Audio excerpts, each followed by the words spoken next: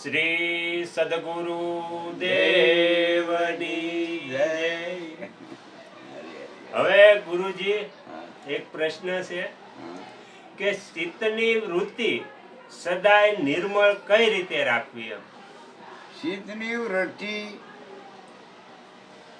હંમેશ માટે ઈશ્વરી સમણથી નિર્મળ રહે છે.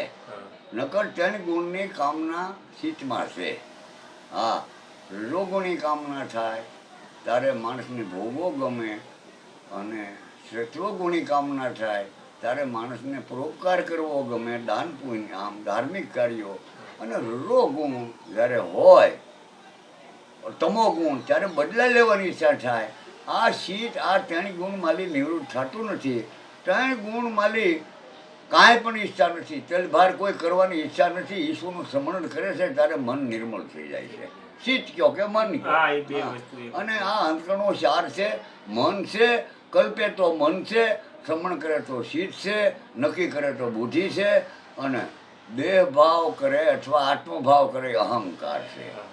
હા, પણ મન નિર્વિકલ્પ મન એ નિરંજનનું રૂપ છે.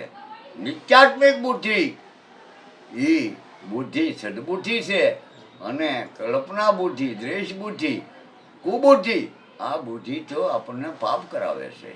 અને શીત, શીતવન સ્મરણ કરે એ શીત છે, અને વિષયના વિકારો પ્રગટ કરે એ ભ્રમિત શીત છે. અને હું દેહ છું આવો અહંકાર એ આપણને આપણો ધર્મનું ભાન ભૂલાવે છે, જાતિ અભિમાન થાય છે. પણ એ બ્રહ્મ હું છું, આ જી સોહમ મસી ઇતિ વૃત્તિ અખંડા જ્યોતિ સ્વરૂપ એ પરમ પ્રસન્ના. આત્મ અનુભવ એ જ પ્રકાશ છે. આત્માનો અનુભવ કરવાથી બોલે છે કે તમે જેને ભજો છો, તમે જેને ગોતો છો, એ હું છું. હા, આ શીતની નિર્મળ વૃત્તિ છે. બસ બસ બસ. પછી ગુરુજી, હા, નિત્ય સત્સંગમાં રહેવું હોય આપણે, હા, તો નિત્ય સત્સંગમાં કઈ રીતે રહીએ છીએ? હવે પહેલું તો આપણે સમજવું જોઈએ કે સત્સંગ શું કહેવાય. હા હા. સત્ય એને જ કહેવાય જેનો કોઈ દી નાશ ન થાય. તે કોઈ દી સાંભળ્યું છે સત્યનો નાશ થાય એમ? નહીં નહીં. તો સત્ય એને કહેવાય જેનો કોઈ દી નાશ જ ન થાય, એને સત્ય કહેવાય. એનો સંગ કરવો એમ કહે છે. તો સત્ય તો કોઈ દી નાશ ન થાય એ સત્ય છે, પણ એ કોઈ દી નાશ ન થાય એવું શું છે? એવું એક આત્મા છે. આત્માનો નાશ થયું તમે સાંભળ્યું કોઈ દી? નહીં, કોઈ દી નહીં. તો આત્માનો સંગ કરો. નહીં કરે એવો સત્સંગમાં. બાકી વાદ વિવાદ કરો ને આમ આમ, એ સત્સંગ નથી, લખરો છે. હે, આનું આમ થાય ને આનું યોગથી મુક્તિ છે ને ભક્તિથી મુક્તિ છે ને ફલાણાથી મુક્તિ છે ને યોગથી મુક્તિ છે ને. એ મુક્તિ મનની છે. મનની મુક્તિ સારું ગુરુ કરવા પડે છે. મન હજરે તો જિંદગી હજરે એમ છે. બાકી સત્યનો સંગ કર, એને કાંઈ કરવાની જરૂર નથી. કારણ કે પછી એને કાંઈ કરવું પડતું નથી.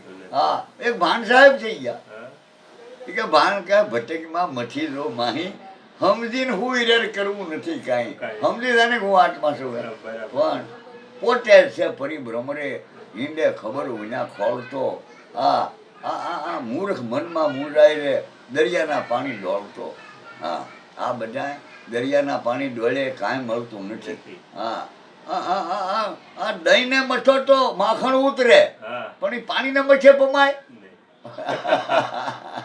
એ તો ગમકારા બોલે બે ના હરખા, પણ એ ગમકારા પાડે લાગે કે આ તો સાહેબ કેટલા લાગે પાણીના ગમકારા, એમાંથી માખણ નીકળે. એમ આ વાદ વિવાદમાં કાંઈ ઈશ્વરી શ્રવણ, રહસ્ય જ્ઞાન, આત્મજ્ઞાન તો બહુ અઘરું છે.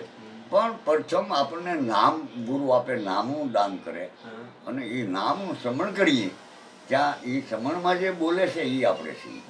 હા, એમાં સ્વર જ્ઞાન છે. સ્વર જ્ઞાનમાં પાછું એ સ્વર નાડીમાં આવે, નાડી જ્ઞાન છે. એ પાછું તત્વો એની અંદર 5 પ્રકાર, એના 5 માર્ગની હિસાબે 5 એકનો પ્રાણ 5 પ્રકારે હાલે, એટલે 5 તત્વો છે. પ્રાણ તો એક જ છે. એકનો પ્રાણ નાડિયું ટ્રેનની હાલે છે તો ઇંગ્લા બિંગ્લા શીશમણે છે, નકર પ્રાણ તો એક જ છે. અકાર ઉકાર મકારમાં પ્રાણ જ છે. પણ શેરડીના 3 ભાગ કરો તો થળિયું મજભાગ ને તીસળિયું તીસળિયું, આ ત્રણ. એવું થાય. નકર હાથો તો એક જ છે, એક જ છે. પણ એ 3 કટકા કરીને આપણે બીજાને વેચી 3 જણા હા. તો વારો તારો થાય. મને તીસળિયું આપ્યું ને એને થળિયું રાખ્યું ને આમ થયું. હા. પણ એ આખો હાથો જ પીલી નાખો નહીં હા. કે ભાઈ આખો પીલી નાખો ને એના 3 ભાગ રસ ના પડી ગયો. વારો તારો થયો નહીં, નહીં. ને હે તો એ યોગ ભક્તિ અને જ્ઞાન ત્રણેયને પીલી એ બ્રહ્મ હું છું. હા, આ જે અનુભવ છે સત્સંગ એને કહેવાય. હા, એ પાછું આપણે ક્યાંય ને ક્યાંય નીકળી જાવ કરો પ્રશ્ન ઈ તો હા, સત્સંગ. સત્સંગ એટલે પણ આ બરાબર. લખરા કરીએ સત્સંગ એ નથી. સત્સંગ નથી, ઈ તો વાદ વિવાદ છે. વાદ વિવાદ બરાબર છે. બોલો છો તો કરું દેવની જય. આગળના વિડીયો જોવા માટે આ ચેનલને આ રીતે સબસ્ક્રાઈબ કરો અને બેલ આઇકન પર દબાવો.